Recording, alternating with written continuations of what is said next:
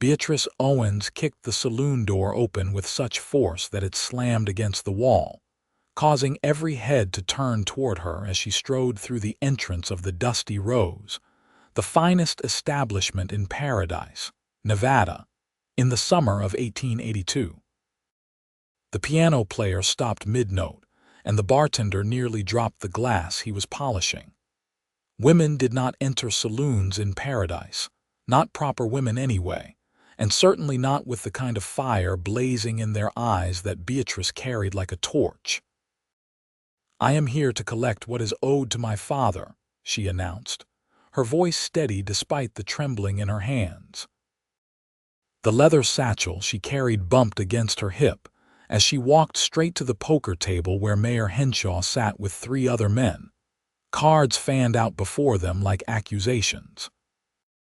Mayor Henshaw, a portly man with a handlebar mustache waxed to impossible points, looked up with an expression that shifted from surprise to annoyance to something approximating pity.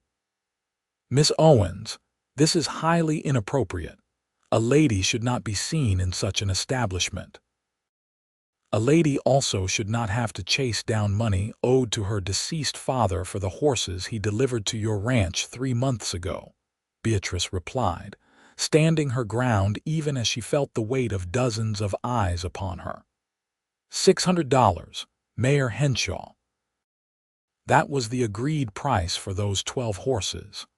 My father delivered them in April, and he died in May without ever seeing a cent from you. The mayor's face reddened, and he stood abruptly, his chair scraping against the wooden floor. "Your father's business practices were questionable at best, girl. Those horses were not all of the quality he promised."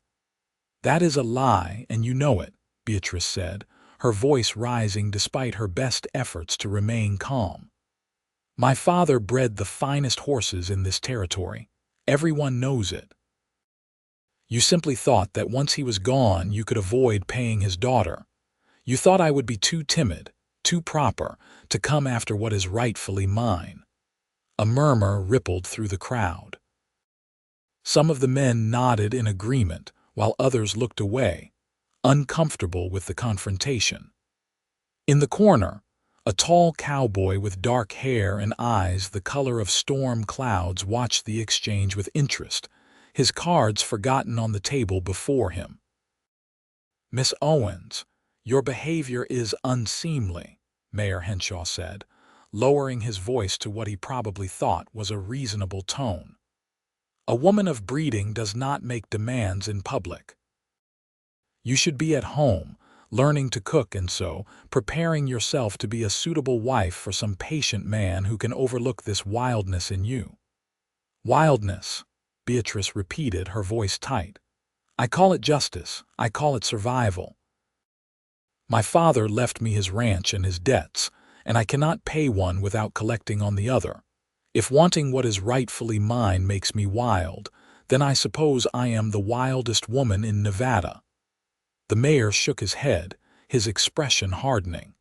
"You are exactly the problem, Miss Owens. You have too much spirit, too much defiance. It is unnatural in a woman. No wonder you remain unmarried at 22. What man would want a wife who argues and demands and refuses to know her place?"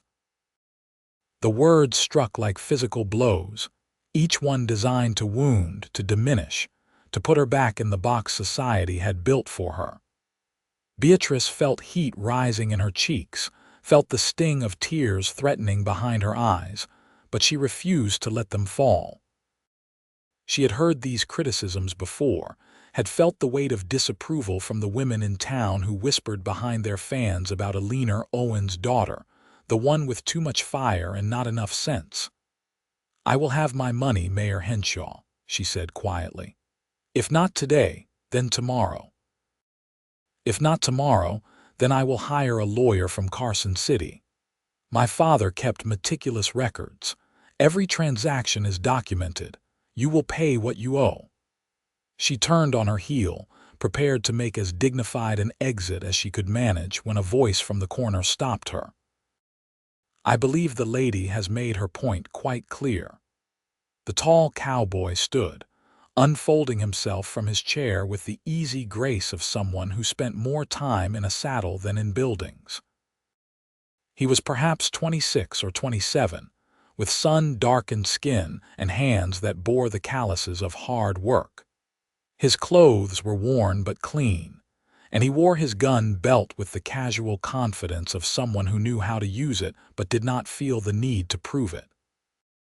"This does not concern you, Xander," the mayor said, his tone dismissive. "Stay out of it."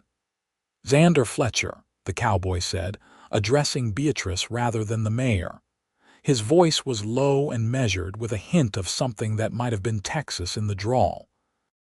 "I have been working the ranches around Paradise for about 6 months now, and I had the pleasure of meeting your father shortly before he passed. He sold my employer, Mr. Davidson, 4 horses. They were exactly as promised, healthy and well-trained. The best animals Davidson had bought in years," he said. Beatrice felt something loosen in her chest, a knot she had not realized she was holding. "Thank you," she managed. "That means a great deal to me." "More than that," Xander continued, now turning to face the mayor directly. "I happened to be at the Henshaw ranch in late April, helping with a fence repair. I saw those 12 horses Miss Owens mentioned. Beautiful animals, every one of them. I commented on their quality to the ranch foreman, who told me they had just been delivered by Peter Owens." The mayor's face had gone from red to purple. "You are mistaken." "No, sir, I am not," Xander said, his voice still calm but with steel underneath. "I have a good memory for horses, and an even better one for injustice. Miss Owens is owed $600, and I would say she has shown remarkable restraint in only now coming to collect it."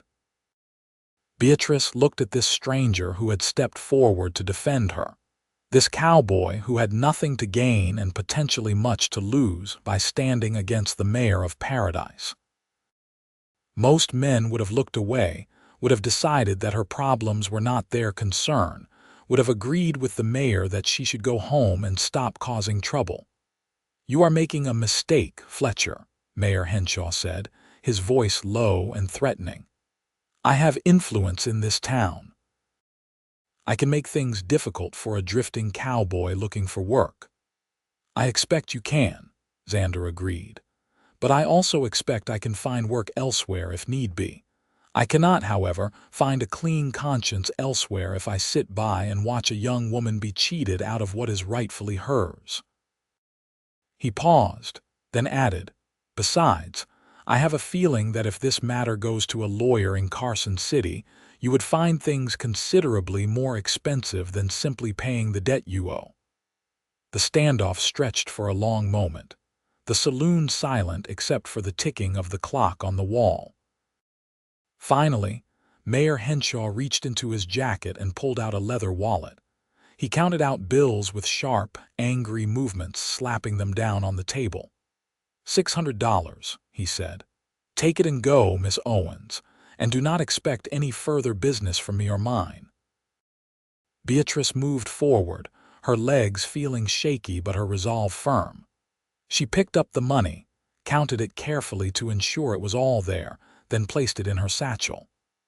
"I would not dream of doing business with a man who tries to cheat widows and orphans, Mayor Henshaw. I hope your conscience troubles you, though I suspect it will not." This time, when she turned to leave, she made it to the door. Xander Fletcher followed her out into the bright afternoon sunlight, where the heat hit them like a wall after the relative coolness of the saloon. Beatrice stood on the wooden sidewalk, taking deep breaths, trying to calm the shaking that had started now that the confrontation was over. She had done it. She had stood her ground, had demanded what was owed, and she had won. But the victory felt hollow somehow, tainted by the mayor's words about her spirit being unwomanly, unnatural. "Are you all right, Miss Owens?" Xander asked, his voice gentle. She turned to look at him properly for the first time. He was handsome in a rough-hewn way, with a strong jaw and eyes that looked at her with concern rather than judgment. His dark hair curled slightly at the collar, and there was a scar above his left eyebrow that suggested a life not without its hardships. "I am well enough," she said. "Thank you for speaking up. You did not have to do that." "No," he agreed, "but I wanted to. Your father was a good man from what little I knew of him, and you showed more courage walking into that saloon than most men show in a lifetime." Beatrice felt an unexpected warmth at his words, a counterpoint to the cold criticism she was used to receiving. Most people would say I showed more foolishness than courage. A proper woman would have sent a man to handle her business. "What man would you have sent?" Xander asked reasonably. "It seems to me you are on your own, running your father's ranch and managing his affairs. That takes strength, not foolishness." "You heard what the mayor said," Beatrice replied, unable to keep the bitterness from her voice. "About my spirit being unwomanly, about no man wanting a wife who argues and demands. He is not the first to say such things. The women in town call me difficult. The men call me unnatural. I am too loud, too opinionated, too much myself." Xander was quiet for a moment, looking at her with those storm-gray eyes. When he spoke, his voice was thoughtful. "I have been a lot of places, Miss Owens. I have worked ranches in Texas and Colorado, driven cattle through Kansas, spent time in mining camps and frontier towns. I have seen all kinds of people, all kinds of spirits. And I will tell you this, the people who tell you to be less than you are, to quiet yourself down and fit into their narrow ideas of what you should be, those people are usually afraid. They are afraid of what you represent, of the possibility that their comfortable certainties might be challenged." "That is a kind way of saying I make people uncomfortable," Beatrice said with a sad smile. "No," Xander said firmly. "That is my way of saying that your spirit, that fire that makes you walk into a saloon and demand justice, that makes you run a ranch on your own rather than give up and move back east to live with relatives, that spirit is not something to be ashamed of. It is not something that makes you less. Your spirit is what makes you extraordinary." The words hung in the air between them, and Beatrice felt something shift inside her, like a door opening that she had not known was closed. She had spent so long hearing that she was too much, too difficult, too spirited, that hearing someone say her spirit was extraordinary felt like cool water after a long drought. "I do not even know you," she said softly, but there was wonder in her voice rather than suspicion. "No," Xander agreed, "but I would like to change that if you would permit it. I finish work at the Davidson Ranch at sundown. Would you allow me to call on you tomorrow evening? I would like to hear more about your father's horse breeding operation. I have been thinking about starting my own small ranch someday, and I could use the advice of someone who knows the business." Beatrice studied him, looking for signs of mockery or ulterior motives, but she saw only honest interest. "The Owens Ranch is 5 miles north of town at the base of the Red Hills. You can see the barn from the main road. It has a white cupola with a weather vane shaped like a running horse." "I will find it," Xander promised. He tipped his hat to her, a gesture of respect that felt genuine rather than perfunctory. "Until tomorrow evening, Miss Owens." "Until tomorrow," she echoed, and found herself smiling as she walked toward where her horse was tied. For the first time in months, since her father had fallen from his own horse and broken his neck in a tragic accident that had happened so fast no one could have prevented it, Beatrice felt something like hope. The next day passed in a blur of activity. Beatrice rose before dawn, as she always did, to feed the dozen horses that remained on her property. Her father had sold or traded most of their stock in the months before his death, not realizing he would not be there to rebuild the herd. She mucked out stalls, repaired a section of fence that had been damaged by coyotes digging underneath, and spent the afternoon working with a young mare that showed promise but needed training. It was hard, physical work, the kind that left her muscles aching and her hands rough. She had let go their ranch hand, Miguel, 2 weeks after her father died, not because she wanted to, but because she could not afford to pay him without the money Mayor Henshaw owed. Miguel had understood, had offered to stay on for reduced wages, but Beatrice could not bear the idea of him working for less than he deserved. He had a family to support in town. As the sun began its descent toward the horizon, painting the Nevada sky in shades of orange and pink, Beatrice found herself rushing through her evening chores. She carried water from the well, fed the chickens that provided her with eggs, and then did something she had not done in months. She went inside and actually looked at herself in the mirror. What she saw was not encouraging.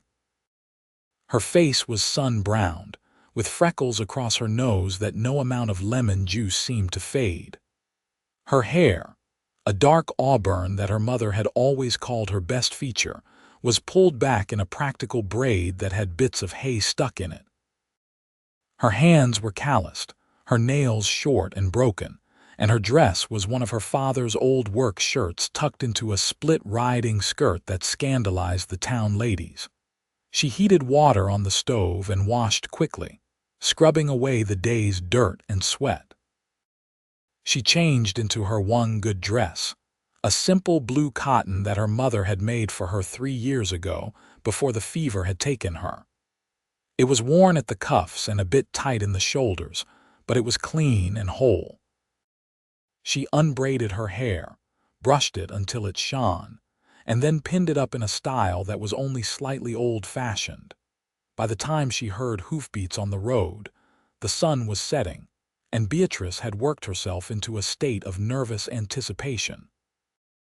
She told herself that this was simply a business conversation, that Xander Fletcher was interested in her knowledge of horse breeding, and nothing more. But there was a part of her, a part she tried to ignore, that remembered the way he had looked at her outside the saloon, the way he had said her spirit was extraordinary. Xander rode up on a handsome bay gelding, well-kept and responsive. He dismounted with practiced ease, tying his horse to the hitching post near the house. He had cleaned up as well, wearing what were probably his best clothes: dark trousers, a white shirt with a string tie, and a black vest. His hair was damp, as if he had recently washed, and he carried his hat in his hands. "Miss Owens," he greeted her as she stepped out onto the porch. "Thank you for agreeing to see me. Please call me Beatrice," she said. "After you defended me yesterday, I think we can dispense with excessive formality, and you must be Xander." "I am," he confirmed, smiling at her. It was a good smile, she thought, warm and reaching his eyes. "You have a beautiful property here. Those are the red hills your ranch is named for." "Yes," Beatrice said, looking at the distinctive red-orange rock formations that rose behind her barn. "My father chose this location specifically because of the grazing land and the natural spring that runs through the north pasture. Good water is everything out here." "That it is," Xander agreed. "Would you show me around? I would love to see your operation." Beatrice led him first to the barn, a sturdy structure her father had built with his own hands with help from neighbors, 15 years ago when he and her mother had first claimed this land. The white cupola on top had been her mother's addition, a touch of beauty in the practical landscape. Inside, the horses nickered at their approach, hoping for treats. "This is Dancer," Beatrice said, stopping at the first stall where a gray mare hung her head over the door. "She was my father's pride and joy, the foundation of his breeding program. She is 15 now, getting older, but still produces strong foals. Her line is known for intelligence and sure-footedness in rough terrain." Xander approached the mare respectfully, letting her sniff his hand before he stroked her neck. "She is beautiful. Good conformation, kind eye. I can see why your father valued her." They moved from stall to stall, and Beatrice found herself relaxing as she talked about what she knew best. She explained her father's breeding philosophy, how he had carefully selected for temperament as much as physical traits, how he had believed that a good horse needed heart as much as it needed strong legs. "He used to say that spirit was everything," Beatrice said, then caught herself with a small laugh. "Spirit again. I suppose it runs in the family." "There are worse things to inherit," Xander said.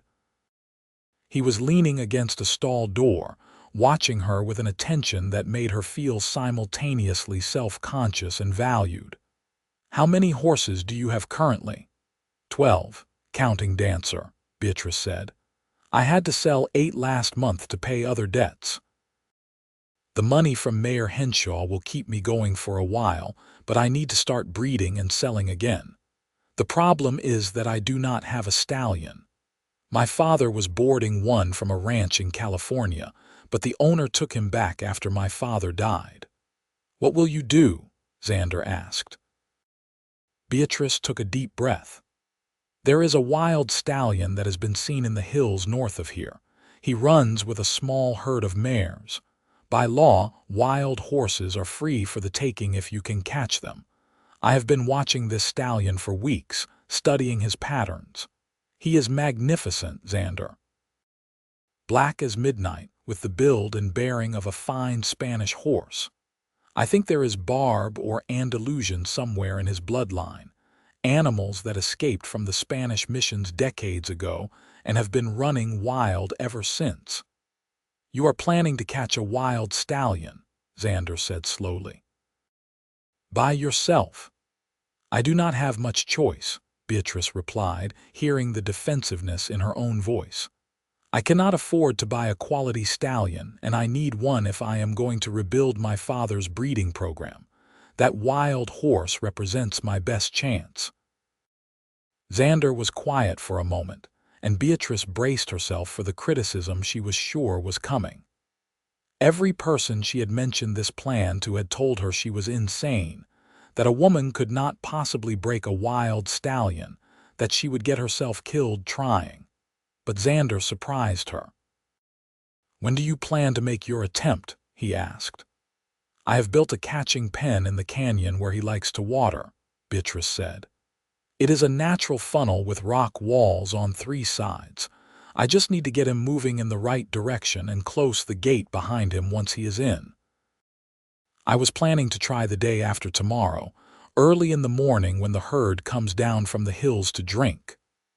"That is a solid plan," Xander said, "but you will need help, at least one other rider to position correctly and haze him into the canyon. It is too much for one person to manage alone." "I do not have anyone to help me," Beatrice said quietly. "Everyone I have asked has refused. They either think it is too dangerous for a woman, or they do not want to be associated with me and my improper ways." Xander straightened up from where he had been leaning. "You have someone now, I will help you." Beatrice stared at him. "You do not have to do that, we barely know each other." "That is the second time you have said that," Xander observed, "and it is true, we do not know each other well yet. But I am a good judge of character, Beatrice, and I see someone who deserves help. Besides," he added with a grin, "I have always wanted to try my hand at catching a wild horse. It seems like an adventure." Despite herself, Beatrice felt hope rising again, that fragile feeling she had experienced after their first meeting. "Why are you being so kind to me?" she asked. "Most people in paradise think I am trouble." "Maybe I like trouble," Xander said, but his expression was serious underneath the lightness of his words. "Or maybe I just recognize courage when I see it, and I think it should be rewarded, not punished." They walked back toward the house as the last light faded from the sky. Beatrice found herself telling him things she had not told anyone, about how lonely it had been since her father died, how much she missed having someone to talk to about the horses and the ranch, how afraid she was that she would fail and lose everything her parents had built. "I feel like I am fighting all the time," she admitted. "Fighting to keep the ranch running, fighting to collect debts, fighting against all the people who think a woman should not be doing what I am doing. I am tired of fighting, but I do not know how to be any other way." They had reached the porch, and Xander turned to face her in the gathering darkness. "Maybe you do not have to fight alone anymore," he said softly. "Maybe if you wanted, you could have an ally, someone who believes in what you are doing, who thinks your dreams are worth pursuing." "Why?" Beatrice asked again, because she needed to understand. "Why would you care about my dreams?" Xander took a step closer, not invasively but near enough that she could see the sincerity in his eyes even in the dim light. "Because from the moment I saw you walk into that saloon yesterday, standing tall and demanding justice, I thought you were the most remarkable woman I had ever seen. Because when you talk about your horses and your ranch, your whole face lights up with passion. Because I have spent most of my life drifting from place to place, never feeling like I belonged anywhere, and somehow, in less than 2 days, you have made me want to stay in Paradise, Nevada, just so I can see what you do next."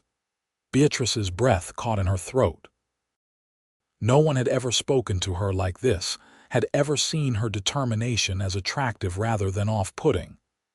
"I do not know what to say," she whispered. "You do not have to say anything," Xander replied. "Just let me help you catch that stallion. Let me prove that I mean what I say. After that, well, we can see where things stand."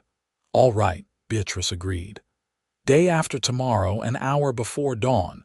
Can you be here?" "I will be here," Xander promised.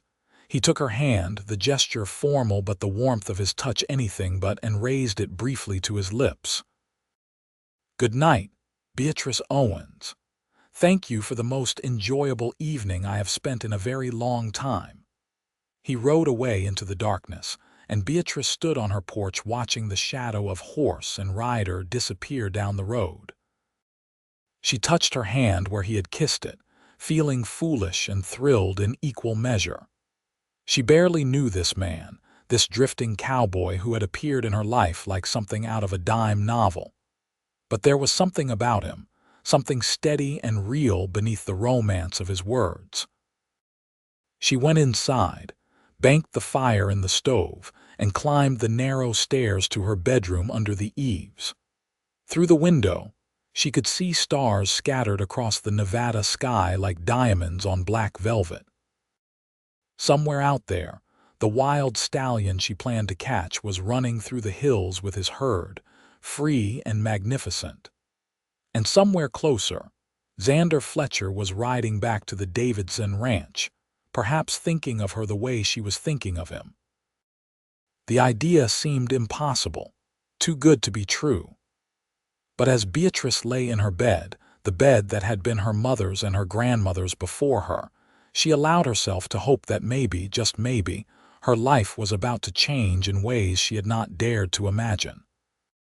The next day, Beatrice worked with furious energy, preparing everything they would need for the wild horse capture. She checked and rechecked the catching pen she had built in the canyon, making sure the gate mechanism worked smoothly and the fences were secure. She selected 2 of her steadiest horses for the chase. Dancer, despite her age because the mare was fearless and responsive, and a younger gelding named Copper who had good speed and stamina. She also spent time thinking about Xander Fletcher, trying to understand the sudden intensity of her feelings. She had only met him twice, had only spent a few hours in his company, yet she found herself anticipating his arrival with an eagerness that frightened her a little. She had always been practical, focused on survival and the ranch rather than on romance. The few times men had courted her, she had found their company pleasant but not compelling enough to distract her from her work. This was different. Xander made her feel seen in a way she never had before. He looked at her fierce independence and called it extraordinary. He offered help without trying to take over, respected her knowledge without condescension. And when he looked at her, she felt beautiful despite her rough hands and sun-browned skin. She was mucking out stalls in the late afternoon when she heard a horse approaching. Thinking it might be Xander arriving early, she felt her heart leap with anticipation. But when she stepped out of the barn, she saw instead a well-dressed woman riding side-saddle on a pretty Palomino mare. It was Mrs. Catherine Henshaw, the mayor's wife, and Beatrice felt her guard immediately go up. "Miss Owens," Mrs. Henshaw said, not bothering with any friendly greeting. She was a handsome woman in her 40s, always impeccably dressed, always aware of her social position as the wife of Paradise's most important citizen. "I need to speak with you, Mrs. Henshaw," Beatrice replied cautiously. "How can I help you?" The older woman dismounted, managing to make even that simple action look elegant. She walked toward Beatrice, her face set in lines of disapproval. "I am here because my husband is a fool, but that does not mean I will stand by and watch him be further humiliated. You had no right to confront him in the saloon the way you did." "I had every right," Beatrice said, keeping her voice level. "He owed my father money. Surely you do not think it is acceptable to cheat a dead man's daughter?" Mrs. Henshaw waved a dismissive hand. "My husband's business dealings are not my concern. What concerns me is the spectacle you made, and the fact that you somehow managed to charm that drifter, Xander Fletcher, into taking your side. Now the whole town is talking about how the wild Owens girl has set her cap for a cowboy with nothing to his name." "I have set my cap for no one," Beatrice said, though she felt heat rising in her cheeks. "Mr. Fletcher simply witnessed the truth of my claim." "Let me be clear with you, Miss Owens," Mrs. Henshaw said, her voice cold. "You are already at the margins of acceptable society.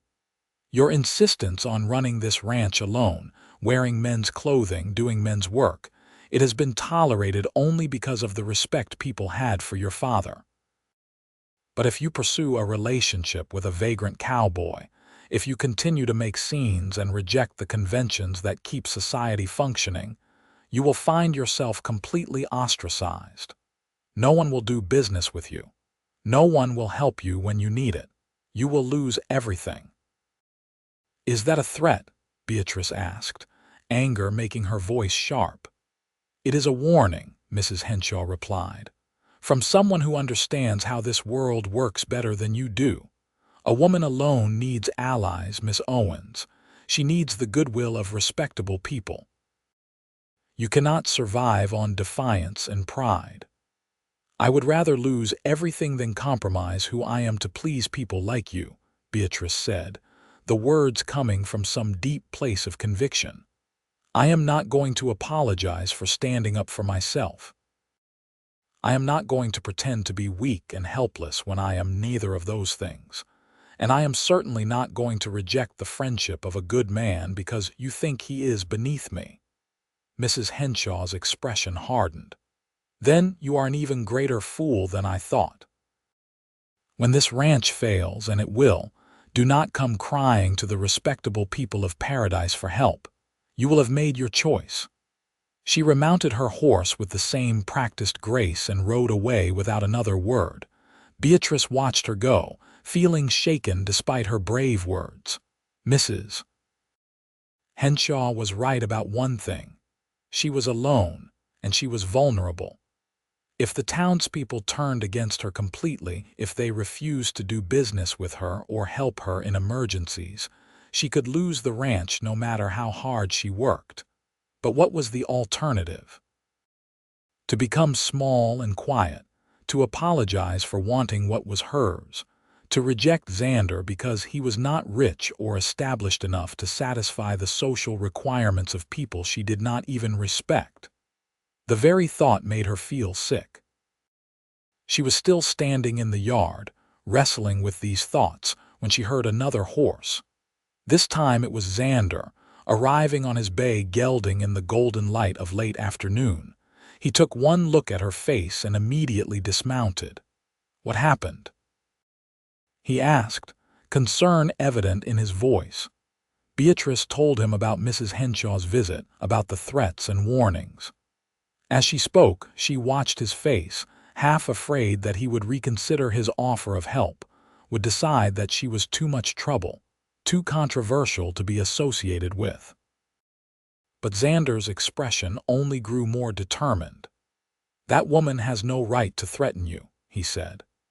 "And the idea that you should make yourself less, should give up your dreams and your independence just to satisfy a bunch of narrow-minded busybodies, that is not just wrong. It is a waste of everything that makes you special." "They have power, though," Beatrice said quietly. "Mrs. Henshaw is right that I need allies. If the whole town turns against me, I cannot run this ranch alone." Xander stepped closer, close enough that she could see the flecks of silver in his gray eyes. "Then we will make sure the town does not turn against you. We will show them that you are not some wild woman who needs to be tamed, but a skilled rancher who deserves respect. We will catch that stallion tomorrow, and we will start rebuilding your herd. We will make your father's ranch successful again, not by compromising who you are, but by being exactly who you are, so well and so proudly that no one can deny your accomplishments. We." Beatrice repeated, focusing on that word. "Xander, you do not owe me anything. This is not your fight." "Maybe I want it to be," he said. "Maybe I am tired of drifting. Maybe I am ready to put down roots somewhere to build something that matters. And maybe I think that building it with you would be the greatest adventure I could ask for." Beatrice felt tears prick her eyes, unexpected and unwelcome. She blinked them back furiously. "You barely know me," she said for the third time, but the protest was getting weaker. "I know enough," Xander said. He reached out and gently touched her face, his calloused fingers rough against her cheek but tender in their intention. "I know that you are brave and determined and passionate about what you do. I know that you have been hurt by people telling you that you are too much, when really they are just too small to appreciate you. I know that when I am near you, I feel more alive than I have in years. That is enough for me. The question is it enough for you?" Beatrice looked up at him, at this man who had appeared in her life just days ago but who somehow felt essential already. She thought about Mrs. Henshaw's warnings, about the risks of following her heart, about all the ways this could go wrong. And then she thought about the alternative, a life lived small and safe, always worried about what other people thought, never taking chances, never feeling the kind of connection she felt with Xander. "Yes," she whispered, "it is enough." He smiled then, that warm, genuine smile that made her feel like the sun was rising. And then, with a gentleness that took her breath away, he leaned down and kissed her. It was not a passionate kiss, not yet, but something sweeter.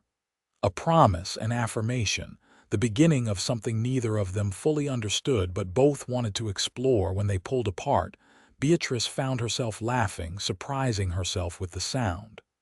"This is madness," she said. "We are going to try to catch a wild stallion at dawn. The mayor's wife wants to run me out of town, and I just kissed a man I met 2 days ago." "Sounds about right for Nevada territory," Xander said with a grin.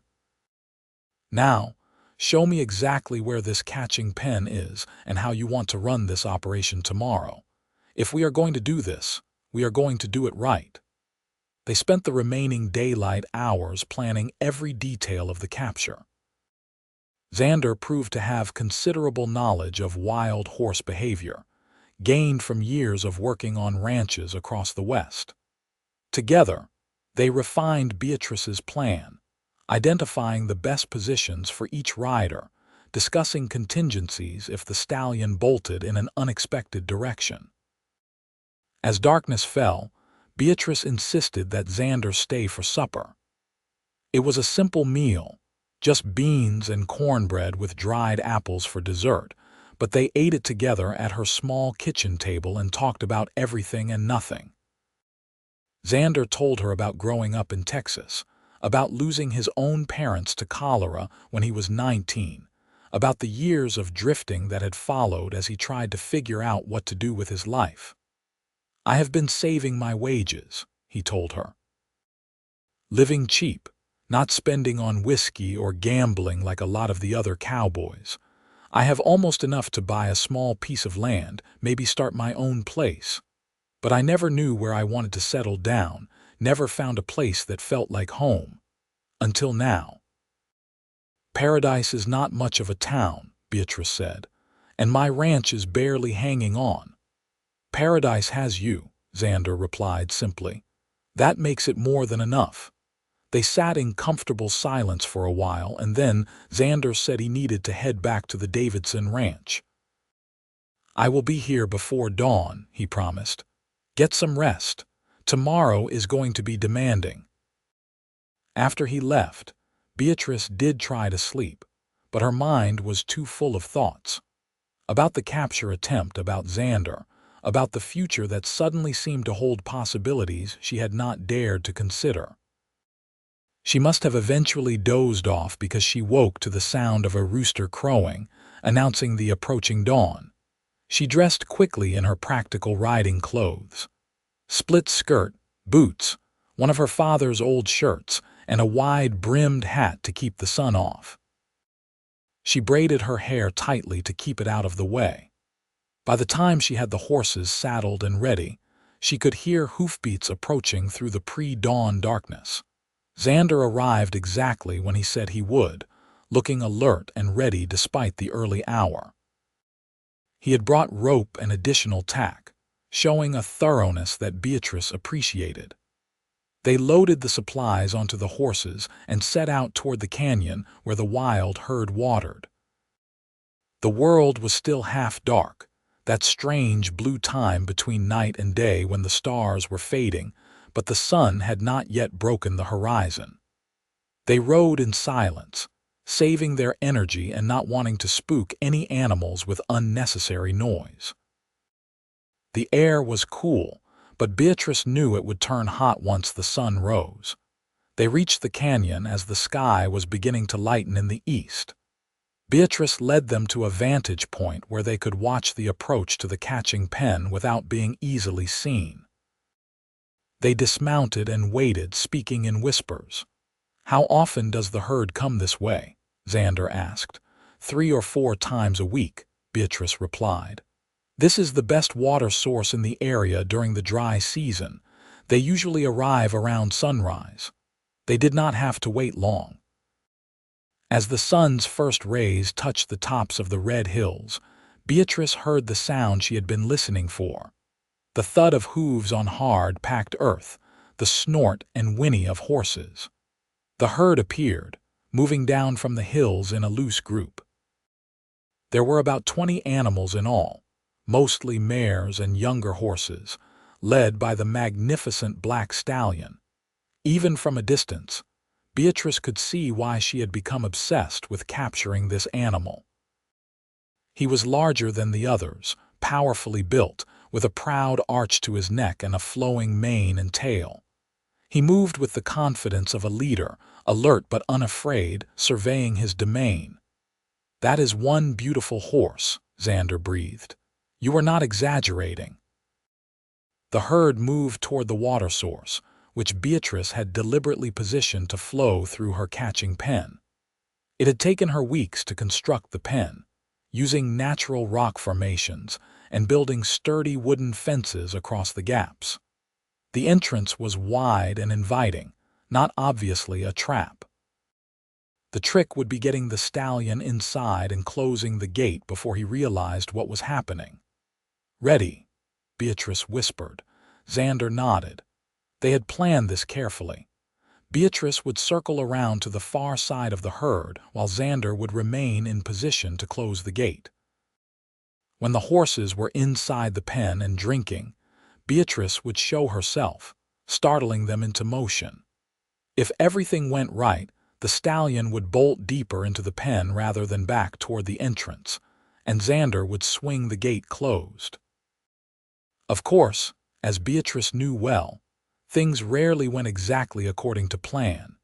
She mounted Dancer and began her careful circle, moving as quietly as possible, using the terrain to hide her approach. The mare was perfect, responding to the slightest pressure from Beatrice's legs, understanding without being told that this required stealth.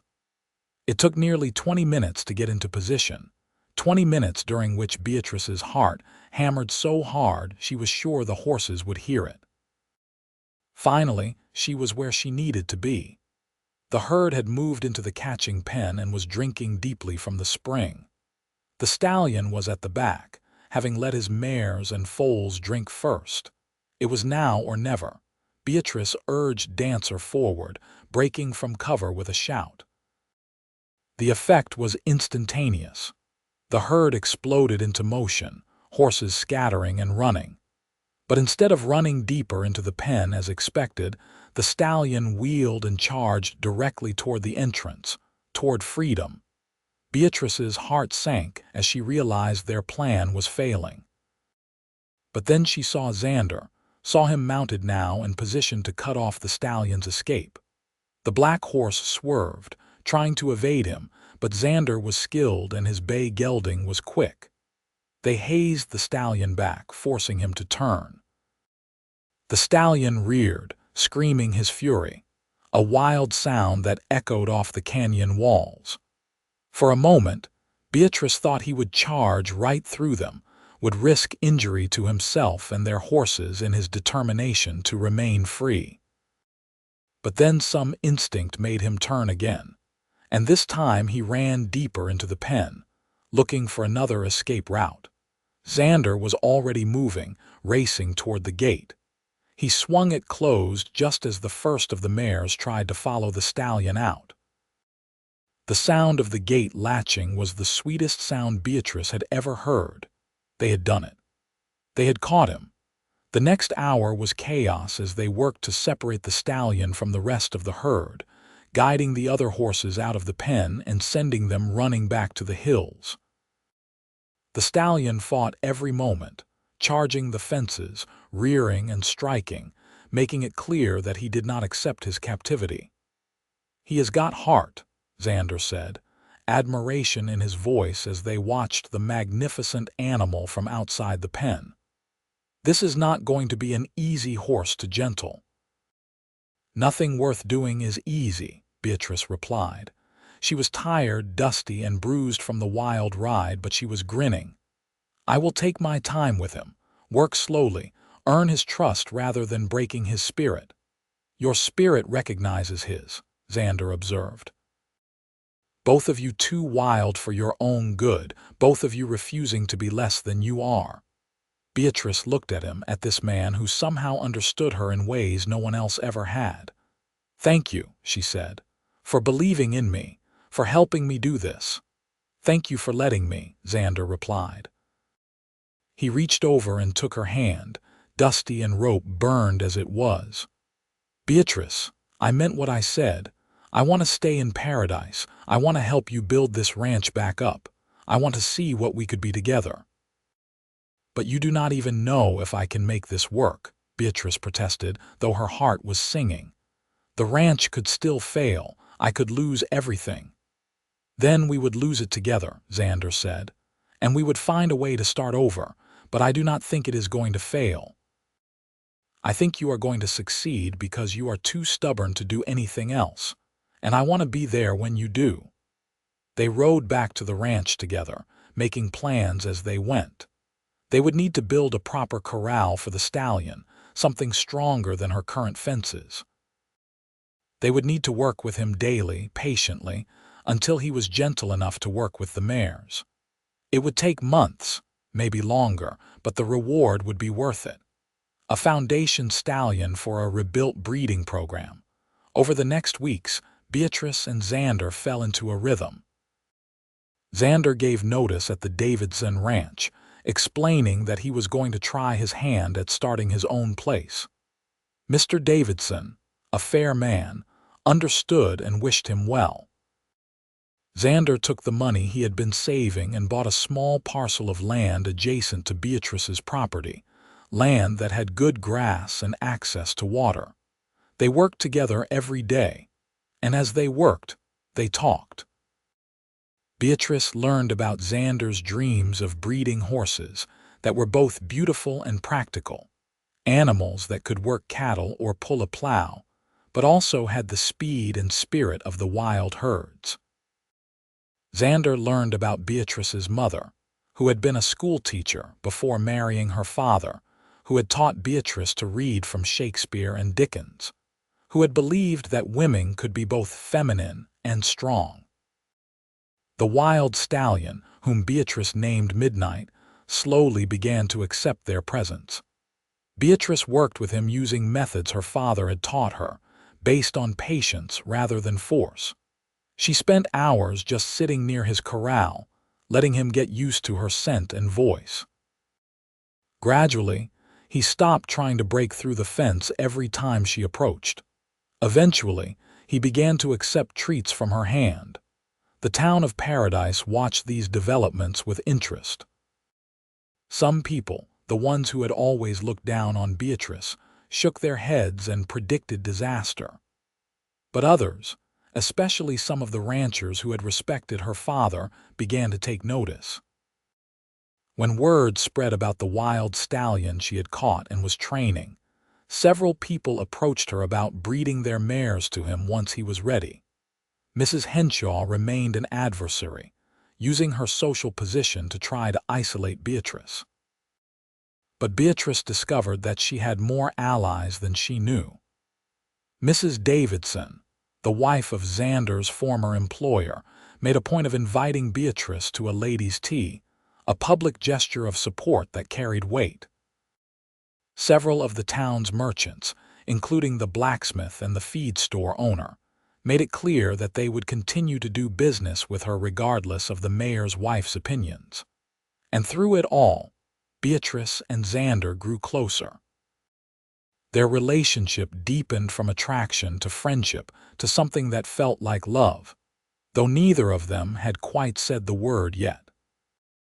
They were careful with each other's hearts, both having been hurt by life in different ways, both aware that what they were building was too precious to rush or risk. One evening, about 2 months after they had caught Midnight, they were sitting on Beatrice's porch watching the sun set behind the red hills. Xander had his arm around her shoulders, and she was leaning into his warmth, feeling more content than she could remember being since before her father's death.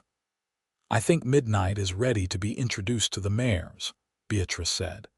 "He let me put a halter on him today without fighting. He is not fully broken, and I am not sure he ever will be completely, but he has learned to trust us." "That is all you can ask," Xander agreed. "A stallion needs some fire anyway. It is what he will pass on to his offspring." They were quiet for a moment, and then Xander said, "Beatrice, I need to ask you something." Something in his tone made her turn to look at him. His expression was serious, almost nervous, which was unusual for a man who usually seemed so confident. "What is it?" she asked. Xander took her hand, intertwining his fingers with hers. "These past months, working with you, being with you, they have been the best of my life. I wake up every morning excited for the day because I know I will see you. When something good happens, you are the first person I want to tell. When something goes wrong, you are the one I want beside me to face it." Beatrice's heart was beating fast. She thought she knew where this was going, but she was almost afraid to believe it. "I know we have not been courting for very long," Xander continued. "I know that in a place like Paradise, people probably think we should wait longer, be more proper about it. But I am not a man who believes in waiting when I know what I want. And I want you, Beatrice. I want to build a life with you, to raise horses and maybe someday children, to be your partner in all things. Will you marry me?" Beatrice felt tears spring to her eyes, but these were happy tears, tears of joy and relief and wonder. "Yes," she said, her voice breaking. Yes, I will marry you, Xander Fletcher. He pulled her close and kissed her, and this time it was different from their first careful kiss. This was a kiss full of promise and passion, a kiss that spoke of future nights and shared dreams and a love that would only grow stronger with time. When they finally pulled apart, both breathless, Xander said, I do not have a fancy ring to give you. I spent most of my savings on that land. I do not need a fancy ring, Beatrice replied. I just need you. Still, you should have something, Xander said. He reached into his pocket and pulled out a small leather pouch. From it, he drew a simple silver band, clearly old and well worn. This was my mother's wedding ring. My father gave it to me before he died, told me to give it to a woman who would treasure it not for its value but for what it represented. I think you are that woman. Beatrice held out her hand, trembling slightly, and Xander slid the ring onto her finger. It fit perfectly, as if it had been made for her. She looked at it glittering in the fading light and felt a connection to Xander's mother, a woman she would never meet but who had loved and lost and lived a full life despite hardships. It is beautiful, she whispered. I will treasure it always. They decided to marry quickly, not because they had to, but because neither of them saw any point in waiting. They had already faced down opposition from the town's social elite. They had already proven they could work together and build something meaningful. A long engagement would only give their critics more time to try to interfere. The wedding was held 3 weeks later in the small church in Paradise. It was not a grand affair, but it was full of warmth and genuine happiness. Mr. and Mrs. Davidson came, along with several of the ranchers who had known Beatrice's father. The minister, an old man who had been in Nevada since the first rush of settlers, gave a sermon about courage and love and building a life in a hard land. Beatrice wore her mother's wedding dress, altered to fit her taller frame. It was simple white cotton with lace at the collar and cuffs, nothing fancy but beautiful in its simplicity. She carried a bouquet of wildflowers that Xander had picked for her that morning from the hills around the ranch. When the minister asked Xander if he took Beatrice to be his wife, Xander's voice rang out clear and strong. I do, with all my heart. And when Beatrice made her own vows, promising to love and honor Xander for as long as they both lived, she meant every word with a fierce certainty. Mayor and Mrs. Henshaw did not attend, of course, but Beatrice found that she did not care. She was surrounded by the people who mattered, the ones who had supported her and believed in her. She was marrying a man who loved her not despite her spirit but because of it. Nothing else mattered. The celebration afterward was held at the ranch, with tables set up in the yard and food contributed by various friends. It was nothing elaborate, just simple food and good company, but it was perfect. As the sun set and someone brought out a fiddle to play, Xander took Beatrice's hand and led her in a dance, spinning her around under the Nevada sky. Are you happy, Mrs. Fletcher? He asked, using her new name for the first time. Happier than I ever thought possible, Beatrice replied honestly. You kept your promise, Xander. You said my spirit was what made me extraordinary and you made me believe it. You gave me the courage to keep being myself, even when everyone else wanted me to change. You already had that courage, Xander said. I just recognized it and honored it. That is what love should do, I think. Help each other be the best versions of ourselves. They danced until the stars came out, and then they bid goodnight to their guests and walked together to the house, ready to begin their life as husband and wife. The first year of their marriage was not without challenges. There were droughts and difficulties, times when money was tight and the future uncertain. But they faced everything together, supporting each other through the hard times and celebrating the victories. Midnight proved to be everything Beatrice had hoped. His offspring with her mares were exceptional, strong, intelligent horses with the beauty of their sire and the good temperaments of their mothers. Word spread about the quality of Fletcher horses, the name they had chosen for their combined operation, and buyers began coming from as far away as California and Arizona. They hired Miguel back, this time at full wages and with the promise of a share in the profits. He brought his expertise and his loyalty, and the three of them worked to expand the operation, buying more land, breeding more horses, building a reputation for quality and honesty. The town of Paradise gradually accepted Beatrice as she was, in part because she and Xander simply continued to live according to their own values, regardless of criticism. When Mrs. Henshaw tried to exclude Beatrice from the church ladies' social, several other women refused to attend without her, and eventually the mayor's wife had to back down or face social isolation herself. Mayor Henshaw himself never apologized for trying to cheat Beatrice, but he also never tried it again.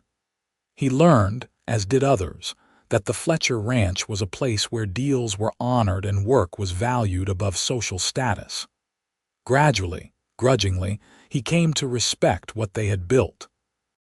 In their second year of marriage, Beatrice discovered she was pregnant.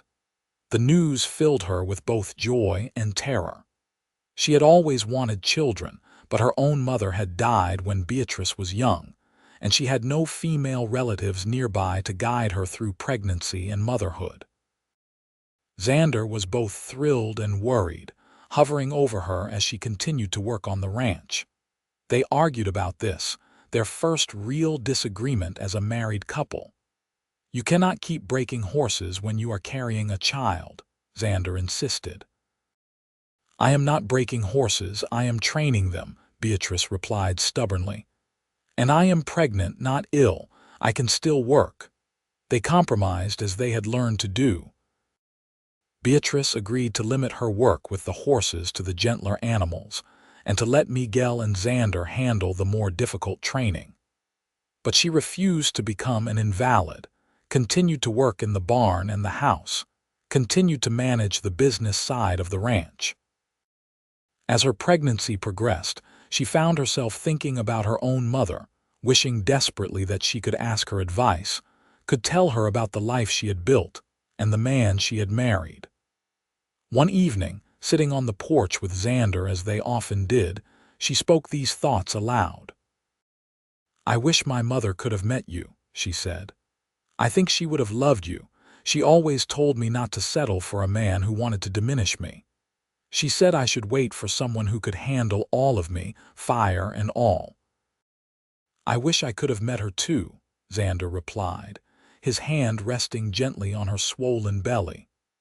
"To thank her for raising such an extraordinary woman, and to promise her that I would spend my life honoring what she taught you."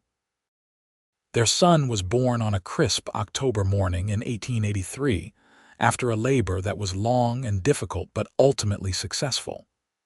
Xander was there through all of it, holding Beatrice's hand and giving her water and telling her she was strong. She was brave. She could do this. When the baby finally arrived, squalling and red-faced and perfect, Beatrice wept with relief and joy. They named him Peter, after Beatrice's father, and he had his mother's auburn hair and his father's gray eyes. Xander held his son with a tenderness that made Beatrice fall in love with him all over again, watching this strong man become gentle with the tiny life in his arms.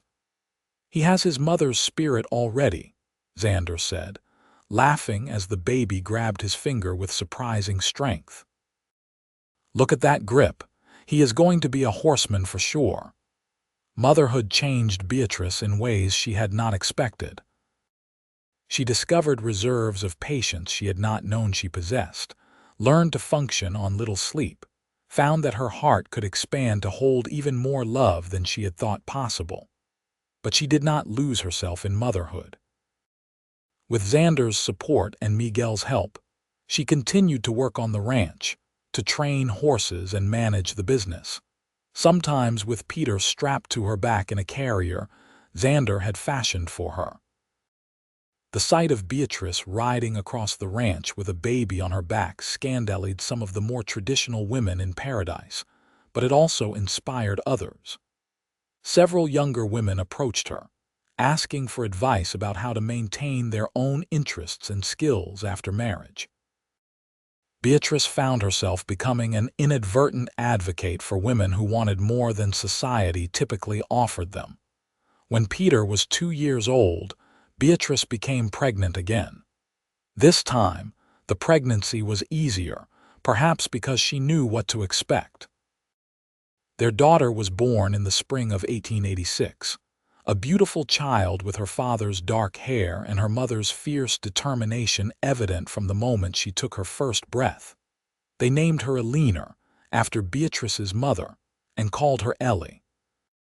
She was different from Peter, more thoughtful and observant where he was bold and active, but equally beloved. Xander proved to be a wonderful father, patient and playful, teaching his children about the land and the horses and the values of hard work and integrity. As the children grew, so did the ranch. Fletcher horses became known throughout Nevada and beyond for their quality and reliability. Beatrice and Xander traveled occasionally to horse shows and sales, sometimes taking the children with them, showing them a world beyond Paradise while always returning to the home they had built. Midnight, the wild stallion who had started it all, lived to be an old horse, producing fine offspring for over 15 years. When he finally died, peacefully in his sleep at the age of 23, Beatrice mourned him like the friend and partner he had been. They buried him on a hill overlooking the ranch, marking his grave with a stone that read, "Midnight, wild in spirit, true in heart." The years passed, bringing both joys and sorrows. Miguel married a woman from town and built his own small house on the ranch property. Mr. Davidson, who had been one of their first supporters, died, but his wife continued the friendship she had formed with Beatrice. Mayor Henshaw suffered a stroke and retired from public life, and while he never became warm toward the Fletchers, he did nod to them respectfully when they passed on the street. Peter grew into a tall, strong young man who loved the ranch and the horses as much as his parents did. Ellie proved to have a gift for training horses that rivaled her mother's, though she also showed an interest in learning and books that reminded everyone of her grandmother. When Ellie announced at 16 that she wanted to attend the new teachers' college in Carson City, Beatrice and Xander supported her decision, even though it meant she would be far from home. "Let her find her own path," Beatrice said to Xander when he worried about their daughter leaving. "We taught her to be true to herself, to follow her spirit wherever it leads. We cannot be disappointed when she does exactly that." "I am not disappointed," Xander replied. "I am proud. Both our children are becoming exactly who they are meant to be. We did something right." On their 20th wedding anniversary, Xander and Beatrice rode out to the canyon where they had caught midnight all those years ago. The catching pen was still there, weathered but standing, a monument to the day that had changed both their lives.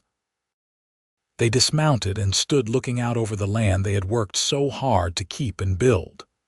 Their hair had threads of gray now, and their bodies bore the marks of years of hard work, but they were still strong, still partners in all things.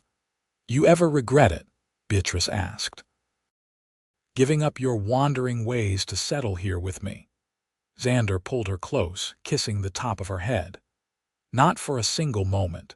You gave me what I had been searching for all those years of drifting, a home, a purpose, a love that made everything else make sense. You are my adventure, Beatrice. Every day with you is the greatest journey I could ask for." "You saved me," Beatrice said softly. "When everyone else saw my spirit as something wrong, something that needed to be fixed or broken, you saw it as something extraordinary. You gave me permission to be fully myself, and in doing that, You gave me everything." "We saved each other," Xander corrected gently.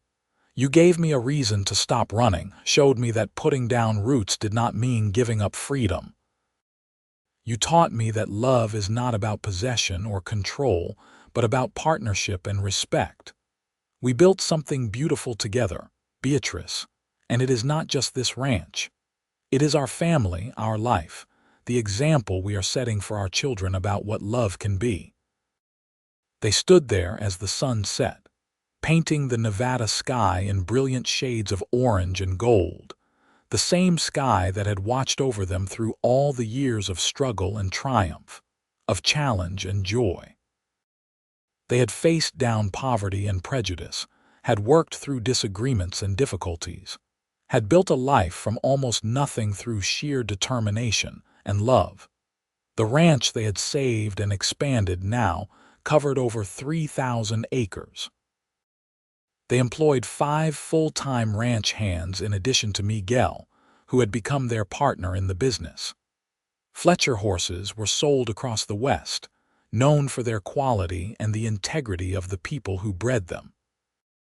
They had weathered droughts and economic downturns, had outlasted their critics and their competitors through hard work and refusing to compromise their values. But more than the material success, they had built a family grounded in love and respect. They had raised children who were confident and capable, who understood the value of hard work, but also the importance of following their passions. They had created a marriage that was a true partnership, where both people remained fully themselves while becoming something greater together. As they rode back to the ranch house in the gathering twilight, Beatrice thought about that day 20 years ago when she had walked into the Dusty Rose saloon, desperate and defiant, demanding what was owed to her.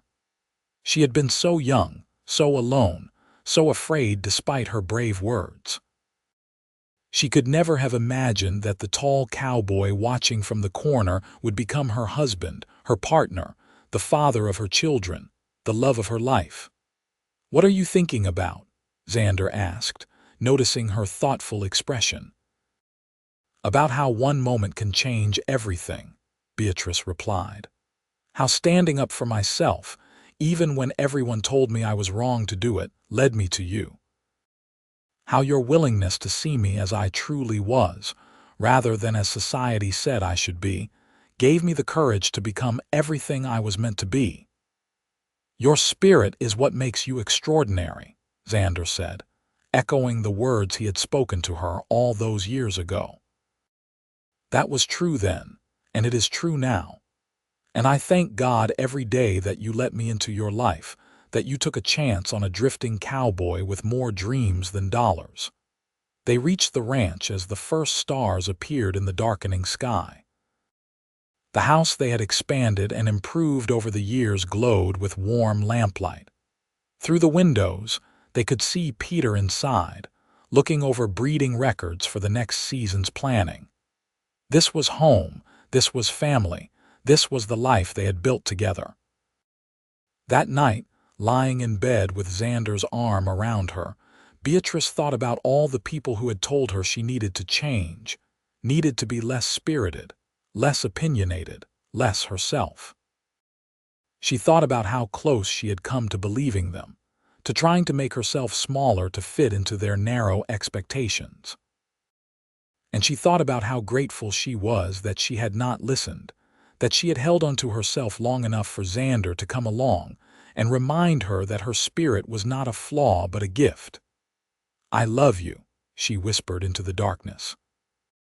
"For seeing me, for choosing me, for building this life with me." "I love you too," Xander replied. "Always have, always will.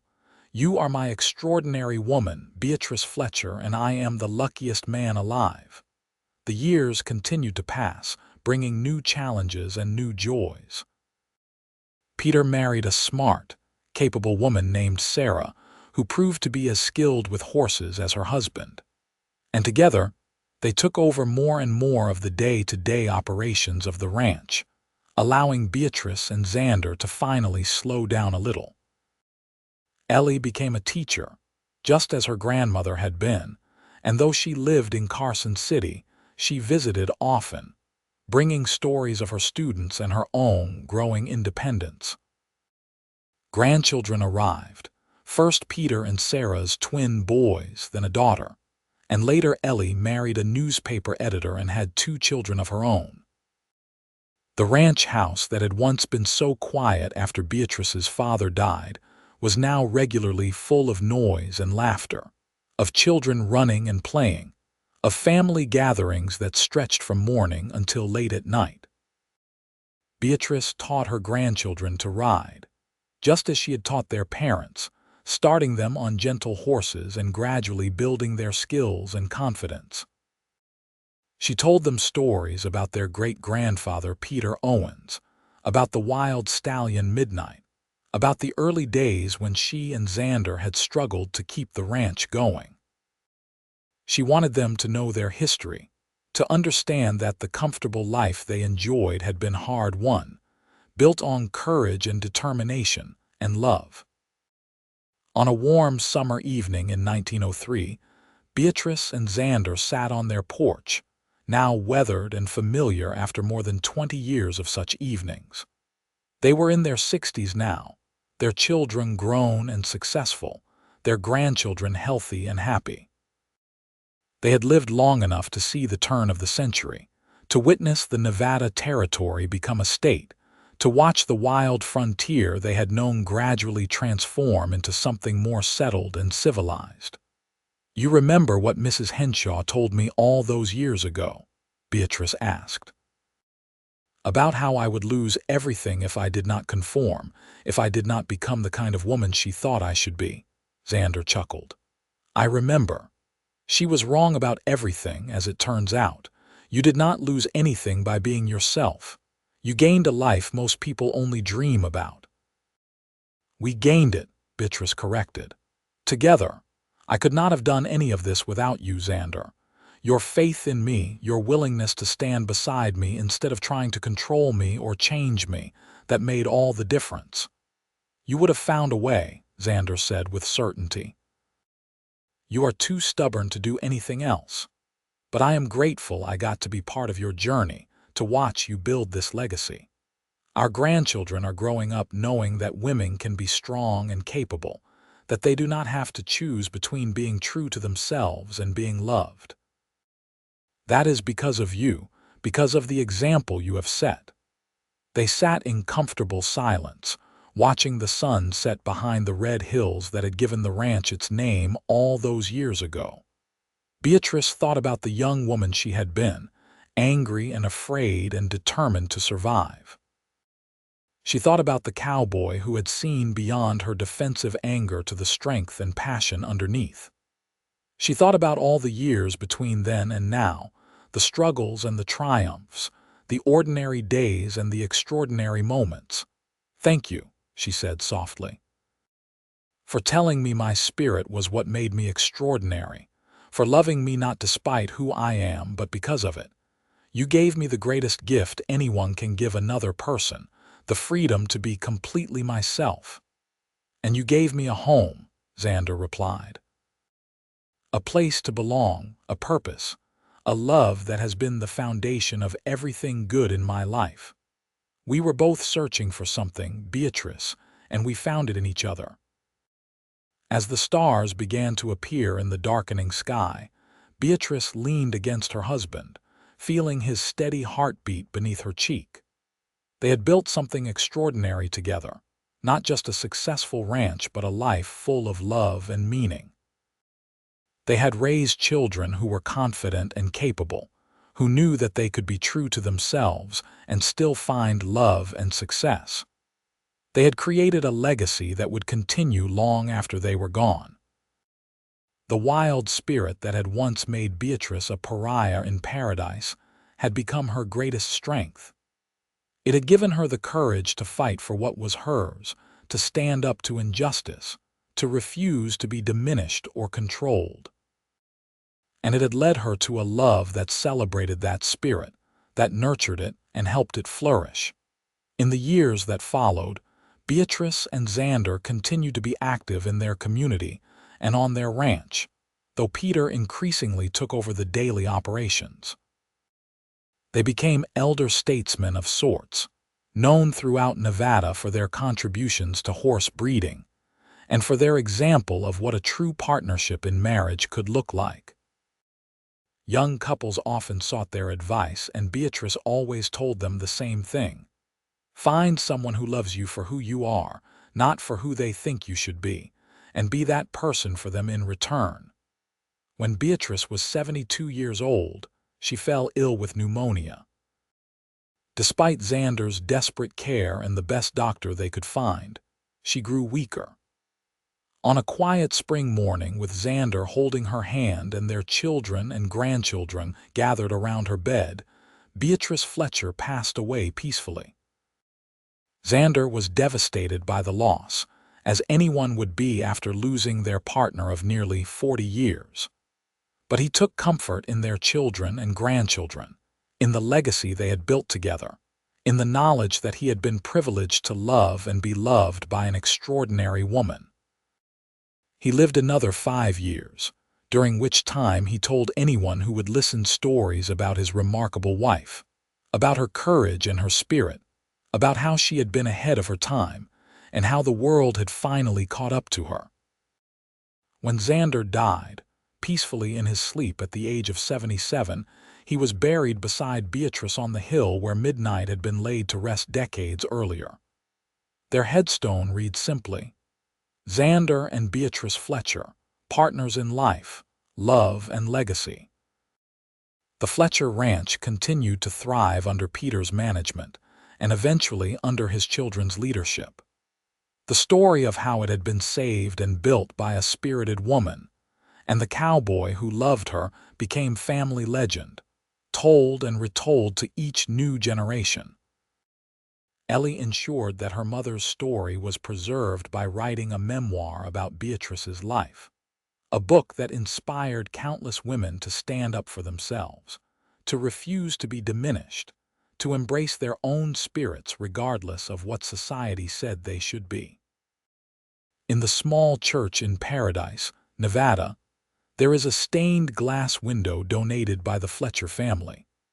It shows a woman on a horse, her hair streaming behind her, riding across a landscape of red hills under a vast sky. Beneath the image, the inscription reads, "In memory of Beatrice Owens Fletcher, whose spirit was extraordinary." And in the hearts of all who knew her or heard her story, Beatrice lived on as an example of what it means to be fully, authentically yourself, and what happens when you have the courage to remain true to your spirit, even when the whole world tells you to change. She proved that the right love does not diminish or control, but celebrates and nurtures. She showed that a woman's strength and independence are not flaws to be corrected, but gifts to be honored. The ranch that had nearly been lost became a testament to courage and determination. The marriage that had shocked the town became a model of partnership and respect. The spirit that had been rejected and criticized became the foundation of a legacy that would endure for generations. And it all began with a cowboy who saw an angry young woman in a saloon and recognized not wildness that needed to be tamed, but extraordinary spirit that deserved to be celebrated. Xander Fletcher had given Beatrice the greatest gift. He had seen her, truly seen her, and loved what he saw. In return, she had given him a life full of purpose and meaning, a family, and a love that transcended the ordinary and became something legendary. Their story became part of the folklore of Paradise, Nevada, told around dinner tables and campfires, a reminder that love at its best is not about changing someone, but about helping them become more fully themselves. That the right partner is not someone who tries to break your spirit, but someone who tells you that your spirit is what makes you extraordinary. And that when two people come together as true partners, respecting and celebrating each other's authentic selves, they can build something that lasts not just a lifetime but for generations. The red hills still stand outside paradise, watching over the Fletcher ranch just as they watched over Beatrice and Xander all those years ago. The horses that descend from Midnight and Dancer still graze in the pastures, carrying in their blood the wildness of the stallion and the strength of the mare, just as the Fletcher descendants carry in their hearts the courage of Beatrice and the wisdom of Xander. And sometimes, on summer evenings when the wind blows just right across the Nevada desert, you can almost hear the echo of hoofbeats and laughter, of a woman and a man who found each other against the odds and built something extraordinary together. Their story is one of hope and courage, of love that sees and celebrates rather than controls and diminishes, of two spirits that recognized each other and chose to build a life together. It is a story that reminds us all that our spirits, our authentic selves, are not flaws to be hidden or corrected. They are gifts to be celebrated and shared. And that somewhere, if we are fortunate enough, there is someone who will see our spirit and recognize it for what it is, the most extraordinary thing about us. Someone who will stand beside us as we face our battles, who will believe in our dreams, who will help us build a life that honors who we truly are. That is the legacy Beatrice and Xander Fletcher left behind, and it remains as powerful and relevant today as it was in that dusty Nevada town in 1882, when a spirited woman and a seeing cowboy first found each other and changed both their lives forever.